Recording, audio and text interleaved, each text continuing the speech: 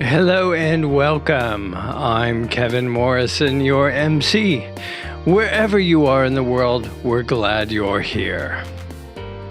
Most of you are from California, but we have folks from Australia, New Zealand, Nigeria, United Arab Emirates, and Great Britain. So as you look around your Zoom screen, know that we are a global audience coming together to understand how ordinary people make an extraordinary difference.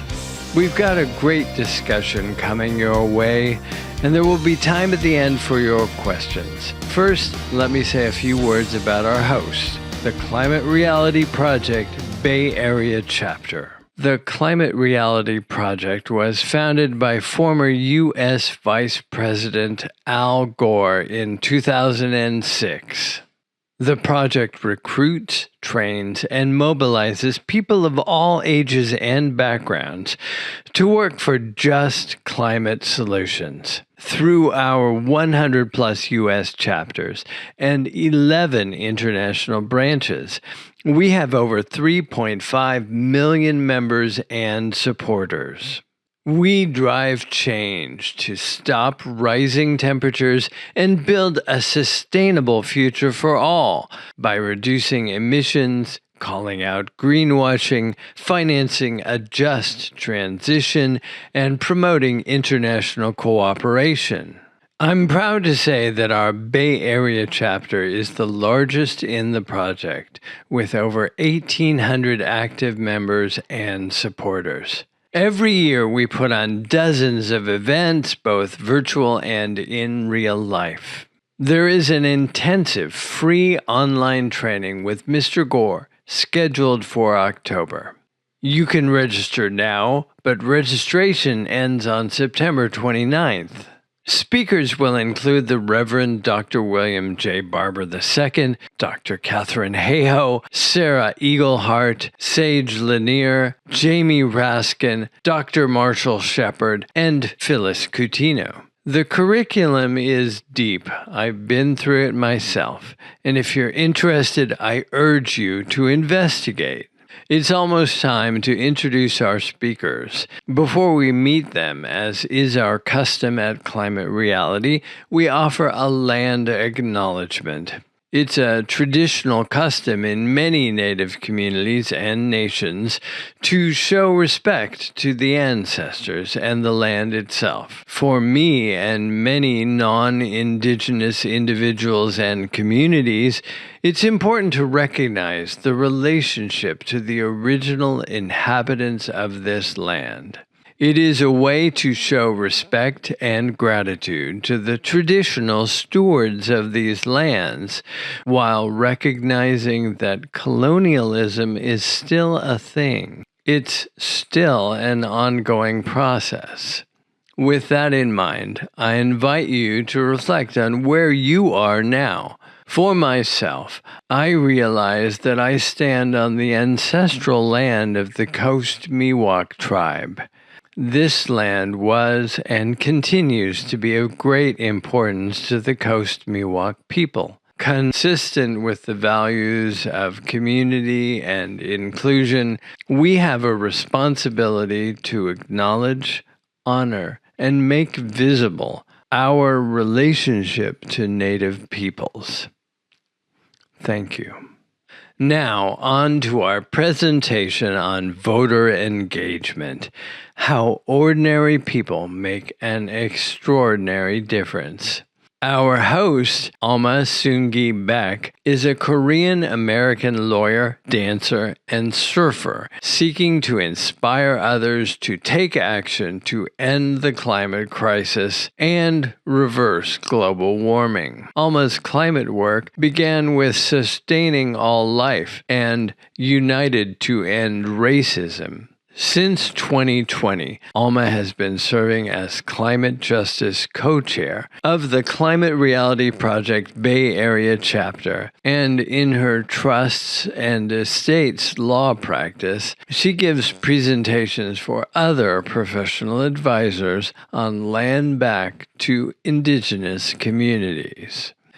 Our special guest, Andre Charles, is Political and Data Director for Activate America. Andre is a political consultant with over 20 years of campaign experience in California, working to elect candidates for city council, school board, board of supervisors, special districts, state assembly, state senate, and Congress, and consulting for independent expenditure campaigns, local land use measures, school bonds, transportation bonds, and more. Andre has been honored multiple times by the American Association of Political Consultants, and he serves on the board of the Los Angeles League of Conservation Voters. Welcome, Andre and Alma. Thank you. All right, thank you. Welcome, everybody, to our program on how ordinary people can make an extraordinary difference relating to voter engagement and elections. So, Andre, it's a pleasure to meet you. Thank you for taking the time to join us today. Nice to meet you too. All right, so I wanted to start us off. This is like a living room chat.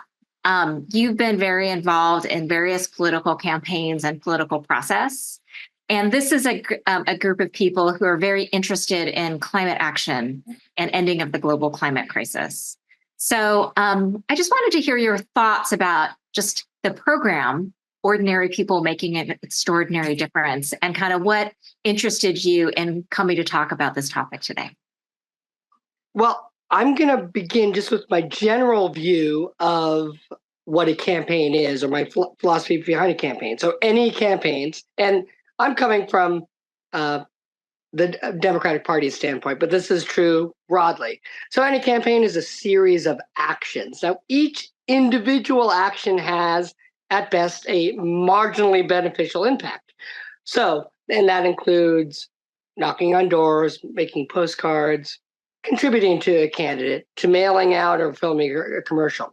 So all of these individual actions have, at best, a marginal beneficial impact. It's the aggregate of all these winning little actions that make up a big win in a campaign. Or as I like to say, there is nothing small about marginal actions. And so what I really take from that on the sort of activist level is campaigns are really grassroots from the ground up. It takes that knock, it takes that person to get involved in an individual campaign. And that is true for campaigns in general, not just political campaigns, but the general environmental movement. Okay, great. So if we're talking about significant actions on the small level that are marginal, but on the aggregate can make a really big difference, what's something that this group of people as climate activists would be good for us to think about kind of in the next 5 weeks leading up to this big election coming up in November? That is a really great question. I think the first question I encourage all activists to ask themselves is, what level do you want to get involved in most? Of course, there is a big presidential race, Trump and Harris. And of course, that pulls a lot of interest. But for a lot of the campaigns that I work on, there are city council races, there are water board races. I would say, especially from the climate perspective, getting involved in water board races is extremely important because they have such an impact on how a locality deals with environmental issues. So what level do you want to get involved? And there's no right answer. I mean, it's okay to be focused on Harris beating Trump, but it's also okay to say school boards. And school boards this year are especially, there's a number of contentious school board races across California. I'm involved in a couple where there is a right-wing takeover of school boards, and their platform is anti-LGBTQIA legislation, banning books. And so there's like a very committed activist on that front. So what level do you want to get involved in? And then no matter what level, every campaign worth its salt is welcoming. They can't wait to talk to an activist or a volunteer and harness their support. So find out what level you want to work at, and then find those campaigns that are, and you it takes not too much effort, ideally, to find a school board candidate or city council candidate. And of course, it's really easy to get involved in the Kamala campaign. Okay. And keeping in mind that we are a nonpartisan organization, including on climate. The next question is really about kind of the political climate around polarization. Some people call it a post-truth era. And, one thing that some people have noted is the major parties are saying similar things about each other. And ordinary people on both sides feel that their side is right. So any words for us as a group of people like committed to climate on this issue of polarization and post-truth? Well, we kind of just experienced one of the byproducts of this divisiveness. I look at campaigns that are really focused at kind of really doing two messages for two distinct groups. So one message is for people who are generally undecided.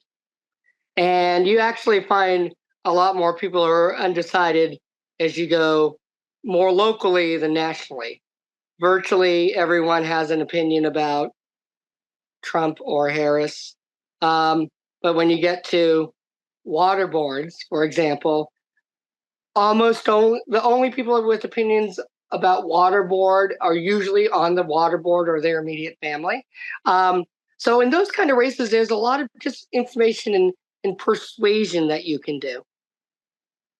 Or this is the work that I do with the super PAC I'm with. We focus on unlikely voters and encouraging them to vote. And we encourage them to vote because we think if they do vote, they will vote for the issues that we care about.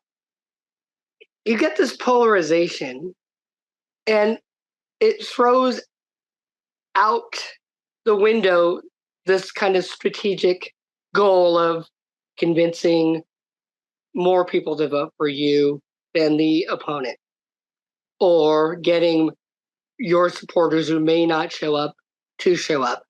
And it becomes just trying to be a disruptor of the opponent. We saw this. Someone tried to disrupt this presentation. Now, that wasn't an action that is going to persuade anyone on this call. No one is going to look at those actions and think, oh, I'm going to rethink my thoughts because I really want to be on that person's side. And that's what I think is the divisiveness. That's the problem, because bad actors begin to focus on disrupting the other side. But as activists and people who care, we just got to remember, we are focused on persuading people. We are focused on maybe people already on our side who may not vote, encouraging them to vote, because those are actually impactful actions.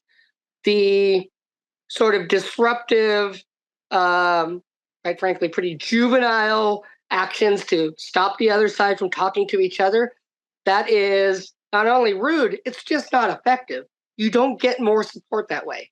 So in this just highly divided, just focus on explaining why our position is correct and helping people who agree with us but may not vote to vote. Okay.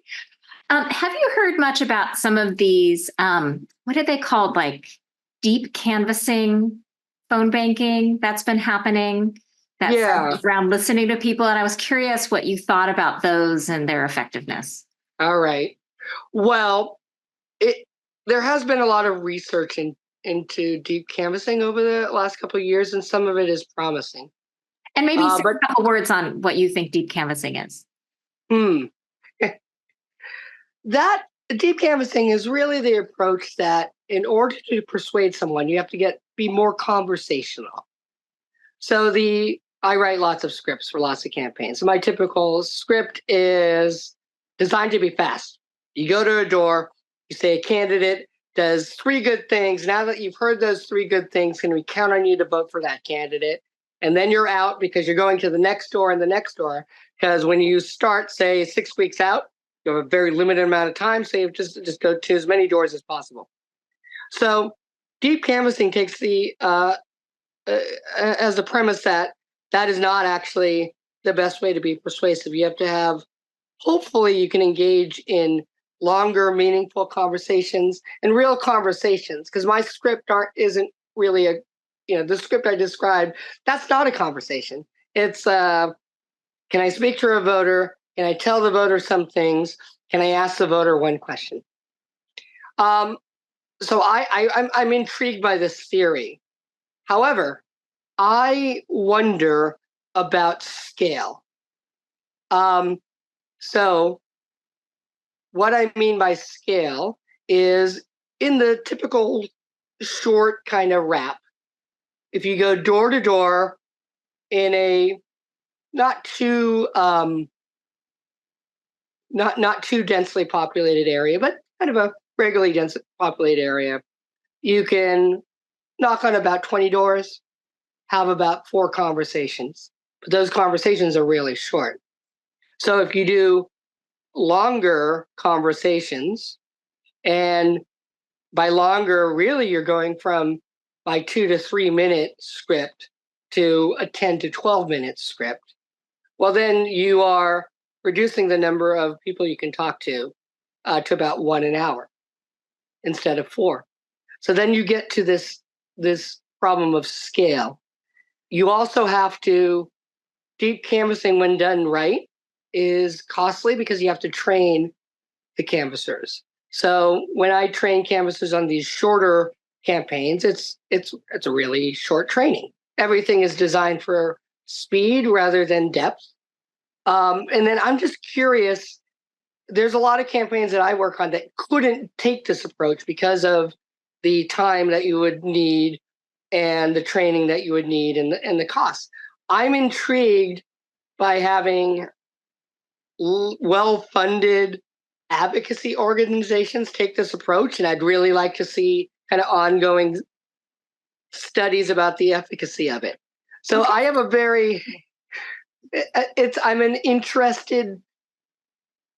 I'm interested and I want to know more, but I also have some questions about it. Okay. Thank you, Andre. So I wanted to ask you something about the youth vote or younger voters. There's a whole thing among young adults, whole groups of young adults who have been saying things like they're not registered and they're not planning to vote. It's come up in op-eds in the LA Times. And I was curious what your thoughts were about that and what you might be able to offer to this group in thinking about the young adults in our lives and the youth vote.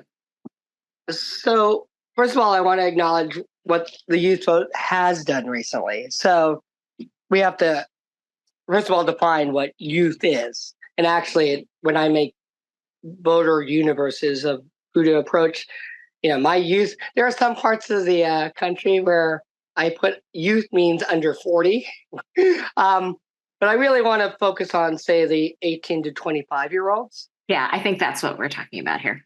So if you look at presidential elections since 1972, when voting age went down to 18, youth turnout was the highest since 1972 in 2020.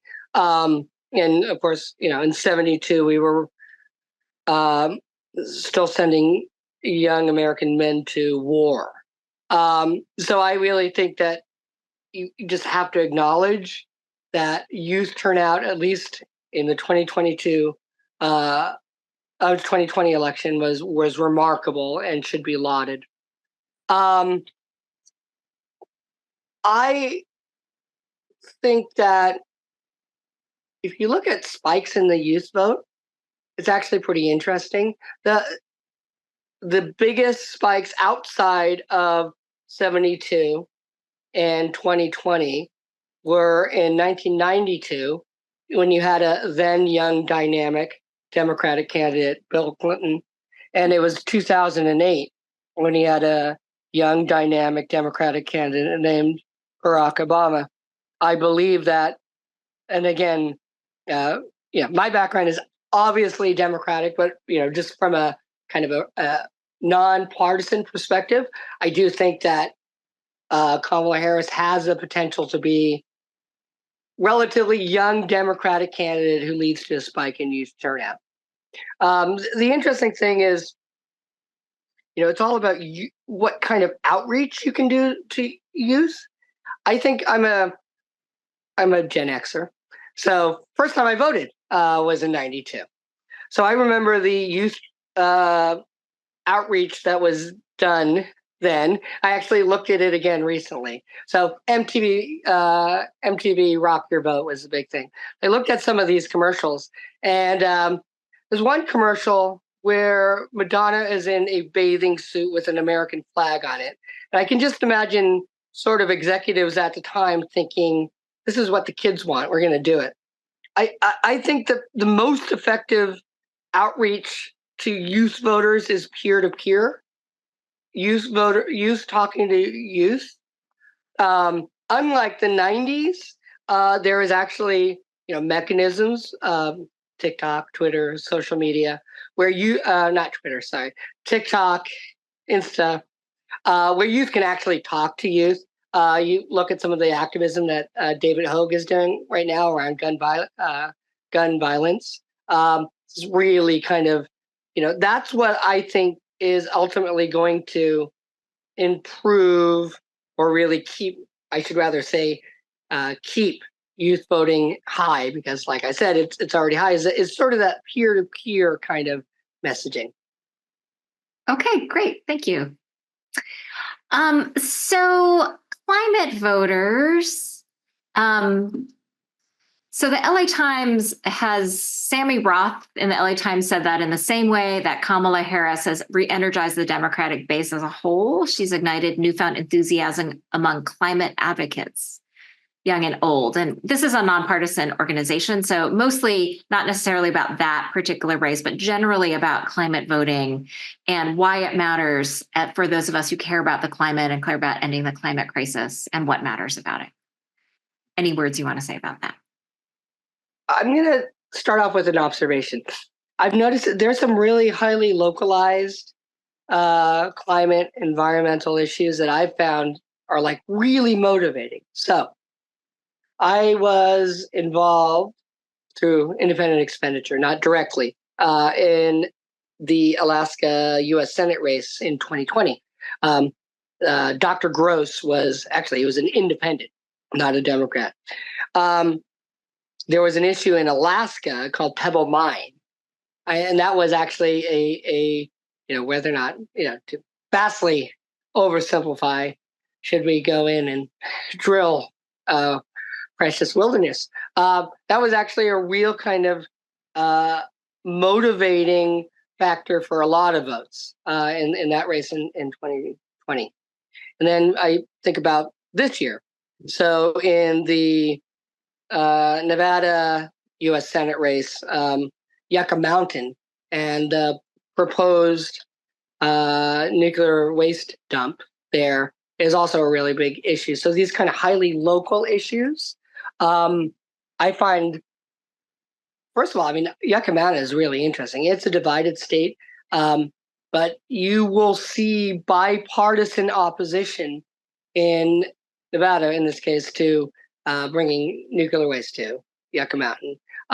In California, where I live and do most of my work, there's just broad bipartisan consensus that we should not do offshore oil drilling.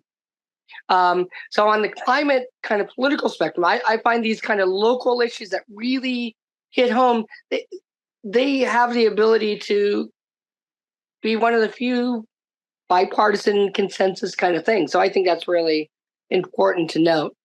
And just in terms of climate issues, I started in politics in the 90s. And when I started, environmental issues were fringe issues.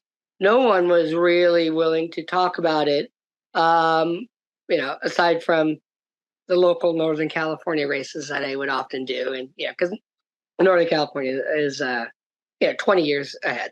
I do find it rather remarkable that it is one of the issues that is commonly discussed up and down the ballot. I do say one of them. It's never, I've never seen it rise to the level of sort of economy or other sort of culture war issues. And when it does rise to voters' forefront, it's usually in regards to sort of climate disasters. There's plenty of parts of California that are very concerned about wildfire, which is, of course, a climate issue, but it's an issue that is, well, it's a symptom of climate rather than addressing the cause. But I do think that climate as a political issue is only going to get more prominence because you look at polling of young people, and it is clearly a major issue for voters under 35. Okay, great. Thank you.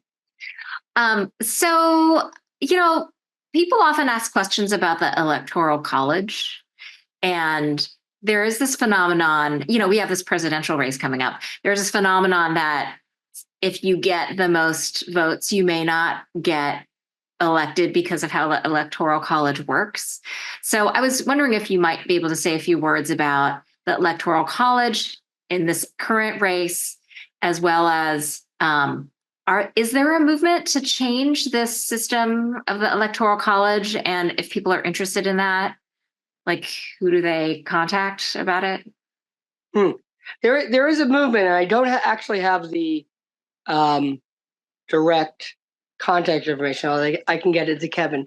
So let's talk about the movement first. So the movement first would have states agree to give all of their Electoral College votes to the winner of the popular vote rather than the winner of the popular vote in their own state. And so that is an end around to the Electoral College, because otherwise you would have to have a constitutional amendment, and that is so far out of reach that it is unlikely to happen in the near future. The challenge with this end around approach of individual states making the commitment to go with the popular vote is predictably it is only the Democratic leaning states that are doing this, which again, it has a cap. So that movement is difficult at the moment unless there is sort of a real consensus. There's actually there's been a long history of people thinking about changing the Electoral College and having that sort of dissipate. One of the reasons why it tends to fall by the wayside is usually there's not a conflict.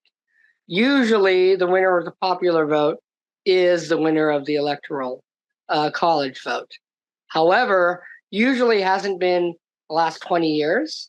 So you've seen Gore and Hillary Clinton win the popular vote and lose the Electoral College twice in in that case it was twice in 16 years. That's very unusual because it's only happened once in 1876 to, I believe it was the 1884 or 1888 elections where you also had that happen twice.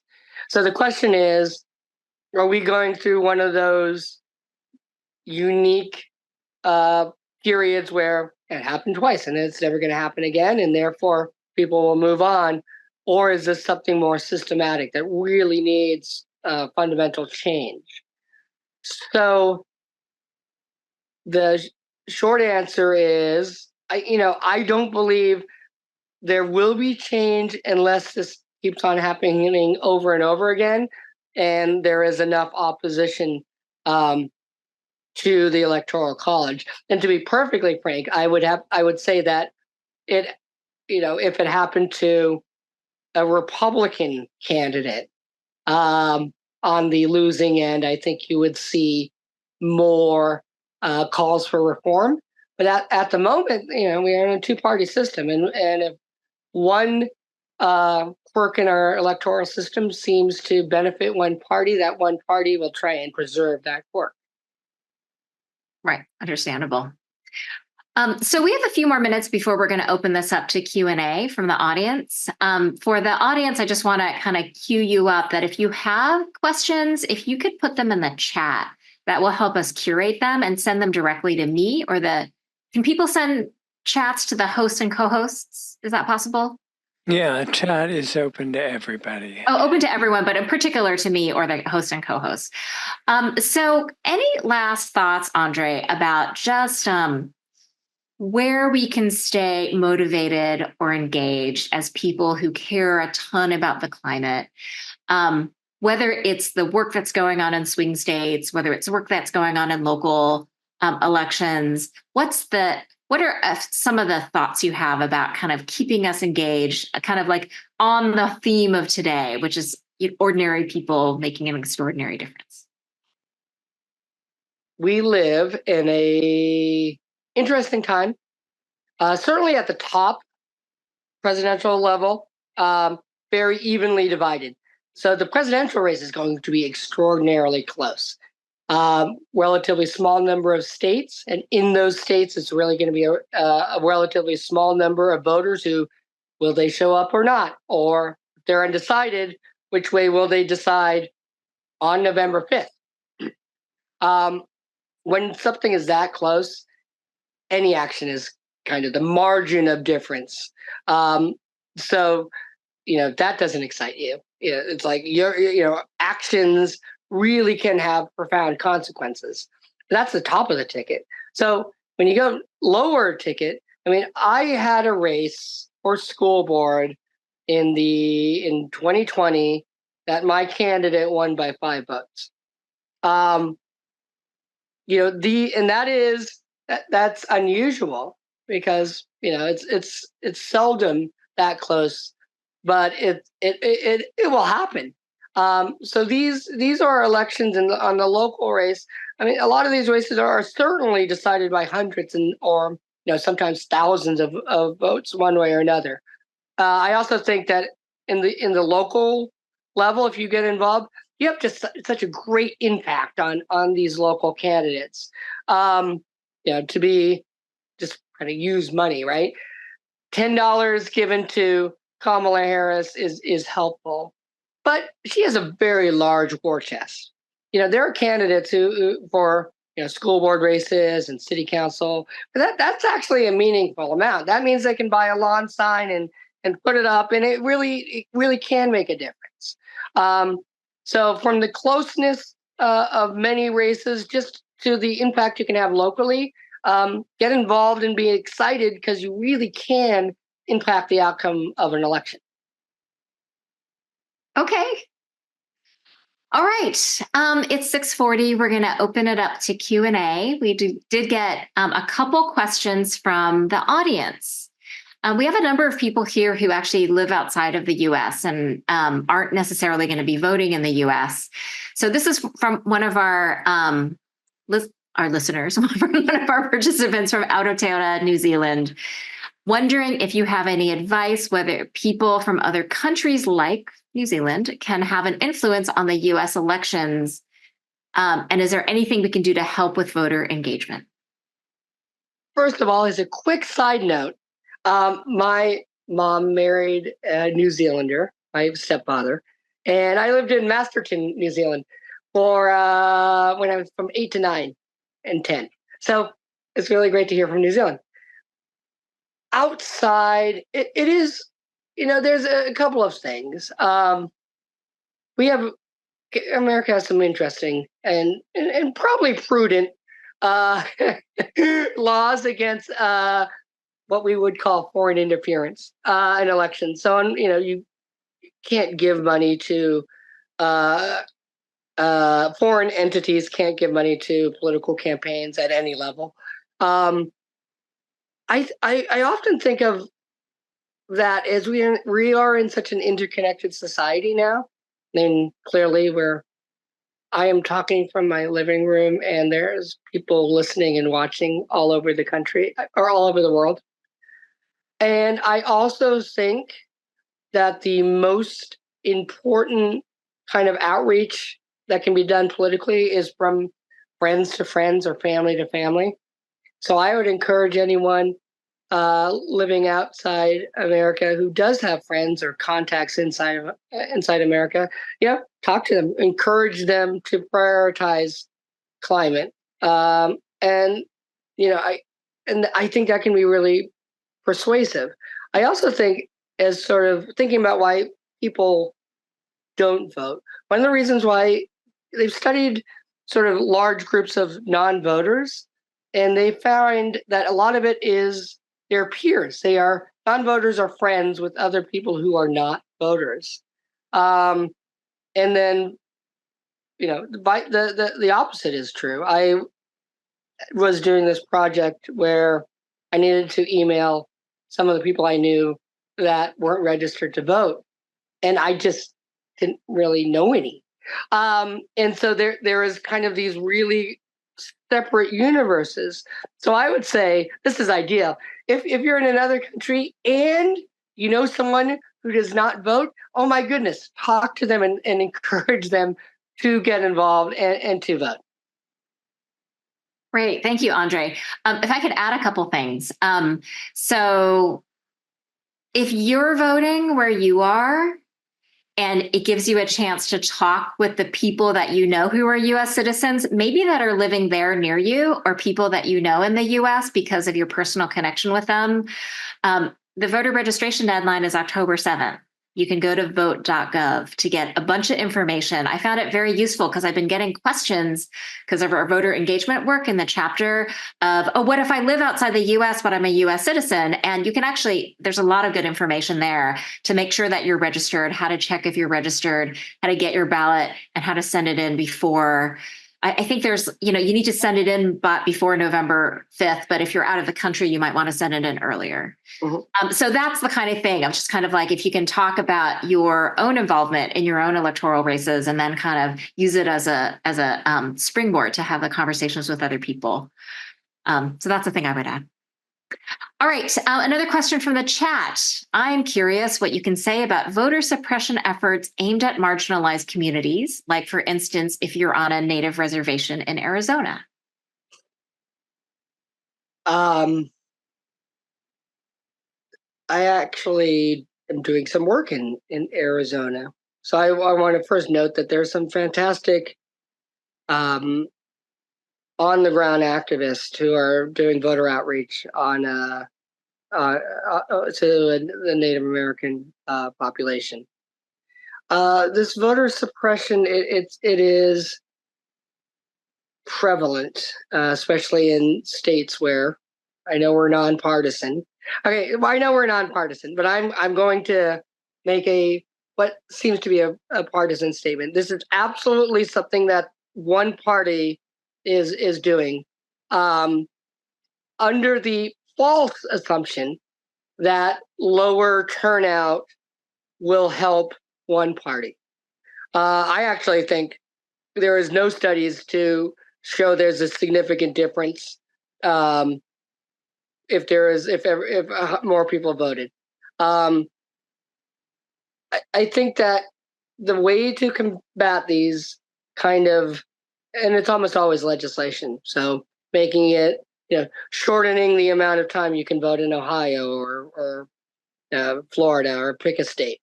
So the way to stop this is to, and again, I will use nonpartisan language, because there are some people in the Republican side who do not subscribe to this, but hire people who fundamentally believe that it is a fundamental goal to make voting easier. So we need, and those are decisions that are made in in America, everything is so dispersed. So these are decisions that are made in state legislatures. There's no overreaching federal election law, except for like some few instances. All of these sort of operational things, like, when do the polls open? Do you allow mail ballot? Is it a drop box? They're different from state to state. I work in California. It's actually different from county to county, which is a little bit annoying. So that is how you, that's one way to defeat this. The other thing, in Georgia, there was a lot of voter suppression legislation. There's some phenomenal activists who reached out to BIPOC communities in Georgia who would probably be most affected by this. They really energized the base. And so actually turnout was really healthy in the Warnock runoff races that we've had in 22 and 20. So it can be overcome that way. But it's a challenge. Right, understood. And your comments about it operating on a county and state level is helpful, because this group of people, especially the people involved in the chapters for Climate Reality, do a lot of work in the county and state legislatures. So we kind of, our chapters know kind of that path. So that's helpful. Yeah. Okay, Andre, we have a question. Fabrice, I'm going to edit it to be more nonpartisan. What is the most effective way for us to engage voters in the coming weeks? Should I continue to call certain voters with phone bank groups? Is it more effective to go to door or to focus on swing states like Nevada, or in certain parts of California like the Central Valley? What's your experience about phone banking, in-person canvassing, postcarding, effectiveness, and increasing of turnout? Well, I always start with the volunteer first, right? So the big question is, what is the volunteer more comfortable with? Because comfortable volunteers are actually more effective. So if you're very comfortable with door knocking, but not as comfortable talking over the phone, then by all means, you should totally focus on door knocking. So that's one. It's sort of, what do you feel most comfortable with? But let's say the volunteer is ready for anything. Then what should you do? Well, first of all, I recognize that it is a privilege to be able to go to another state and take off work or just go to another state and knock on doors. And privilege not many people can do. If you can do that, going to a swing state, working with people on the ground, either organizations or campaigns or parties, they're usually more than happy to welcome people from out of their state and train people and let them know, these are the unique things about Georgia. We say we like to go to Waffle Houses, that kind of stuff. That is great if you were able to do that. I do think that phone banking is actually really effective, because it doesn't require someone to have sort of the means to just jump and go to a different part of the country. And also it's actually pretty effective from a cost perspective in terms of what it takes to, this is getting really wheezy and budget kind of stuff. So it's like 1.5 to 4 cents per dial, depending on what system you use. You can contact so many people. That's really effective. And I really like phone banks from that perspective. Great. Thanks, Andre. We have a question about, it's lengthy, so I'm going to try to summarize it. But this is somebody who talked about their experience after the climate reality training of trying a bunch of different things and feeling like they're flailing, trying to figure out what are the most high impact activities. So the question really is, for people who are newer to kind of voter engagement work and are looking for a fast start rather than more error than trial, like that kind of thing. Do you have any suggestions for kind of getting involved in fast startup? Well, I know postcard writing campaigns are always cited as sort of one great way to get involved. I do believe in postcard campaigns. The Activate America organization that I'm with, I think we've sent around 8 or 9 million postcards to voters this cycle. So that is one thing to consider. I absolutely believe in postcards being effective because in my local races, I do mail. So the mailers that everyone gets for local races. Like everything, I believe them to be marginally effective, just as postcards are marginally effective. Postcards are just, they're artisanal mailers, handcrafted by one person, rather than my mass-produced glossy mailers. But both have the potential to move a voter. So I think that is a really good first kind of step of getting involved. I think I'll add to that. As somebody, I've tried 2 different kinds of phone banking in this election cycle. One is the faster kind that you talked about, Andre, and one is the deep canvassing kind. And I'd have to say that these phone banking organizations that organize phone banks are very good at training. So I was actually very reticent about. I actually skipped my first one because I was too anxious. So I went to the second one because I felt a little calmer, but I was still really nervous. And I was still really nervous doing those calls and not wanting to make mistakes and not wanting to flail around, so to speak. The training was really good. The training was on Zoom as a group. They really tried to, engage and address people's concerns. Then people would go and actually do the calls and then come back and debrief. And so that happened both. And the deep canvassing, part of what you said, Andre, it's familiar where it takes a lot of training to get people to deep canvas phone banking because you're doing longer conversations with people. So those were like 3-hour segments where like 1 hour of training, 1 hour of calling, 1 hour of debriefing. And then they encourage people to come back because then you don't need the training again the second time and you can do more time and you get better at it the more you do it. So that's the other thing is you just do get better the more you do it, but they set them up purposely to support people. So I'd say give it a shot. Like find good phone banking organizations that seem to kind of line up with your beliefs. And there's some good ones around climate. Absolutely. It's interesting because the last question that we got was specifically on this topic of postcarding. Any last thoughts about postcarding versus phone banking? Well, it's good because it kind of wraps up with my beginning observation about every action has a range from no impact to marginal. There have been studies done on various in the impact of various outreach, and that literally is the range. No statistical difference or very small amount, with the exception of there's one form of outreach that actually is clearly a good way to get non-voters to vote. That's something called social pressure messaging, where you say who you vote for is private, but if you vote is public information, and you kind of just point out we'll know if you vote or not. It actually raises turnout by depending on the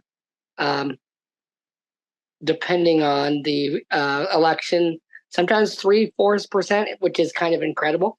But in the if you had to say what is better or the other, it's like I don't look at that way, because ideally you want to do everything. When I talk to candidates and they ask me, what's the best form of outreach, I have 2 answers.